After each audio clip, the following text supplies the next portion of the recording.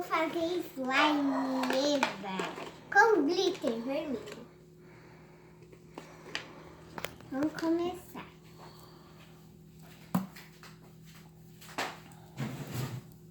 Tá bom. Ai. Agora eu vou colocar espuma. Olha o barulhinho.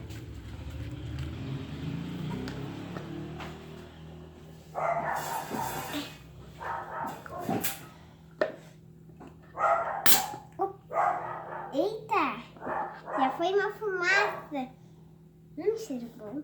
Agora eu vou colocar tinta. Vou colocar vermelho. Vou colocar pouco porque eu quero rosa. Aí se você colocar pouco vermelho, vira rosa. Até aqui, mãe. É uma produção. Enquanto isso... Ai, Ana. Ana, deixa assim, deixa assim. Não, deixa assim. Ixi, não consigo. Nossa. Tô. Obrigada. Continuando, né?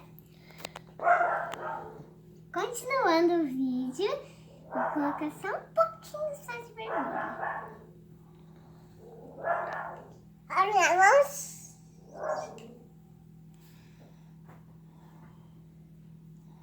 Pera, calma. Ai.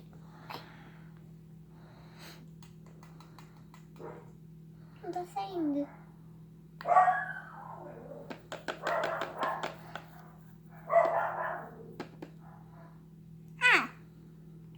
Aqui. Dá uma apertadinha assim, isso. Pronto, tá bom. Pega que foi no colher, agora vai demorar pra escorrer até o negócio. Não, no lençol não pode. Dá, deixa aqui. Tampa pra não derramar, Ana. Tampa. Ai. Devagar, com o menor de virar esse glitter. Posso limpar essa calça? Não, na calça limpa no lençol que é melhor. Aqui pra baixo, ela sai. Agora a gente vai colocar o glitter. Não sei porque o papai colocou aqui, que eu não sei como é que abre. Esse buraquinho acho que já é pra sair daí, não é? Deixa eu ver. Olha isso, só aquilo. É, porque senão ele derruba tudo. Tá bom assim, tá. Só que eu vou mexer já.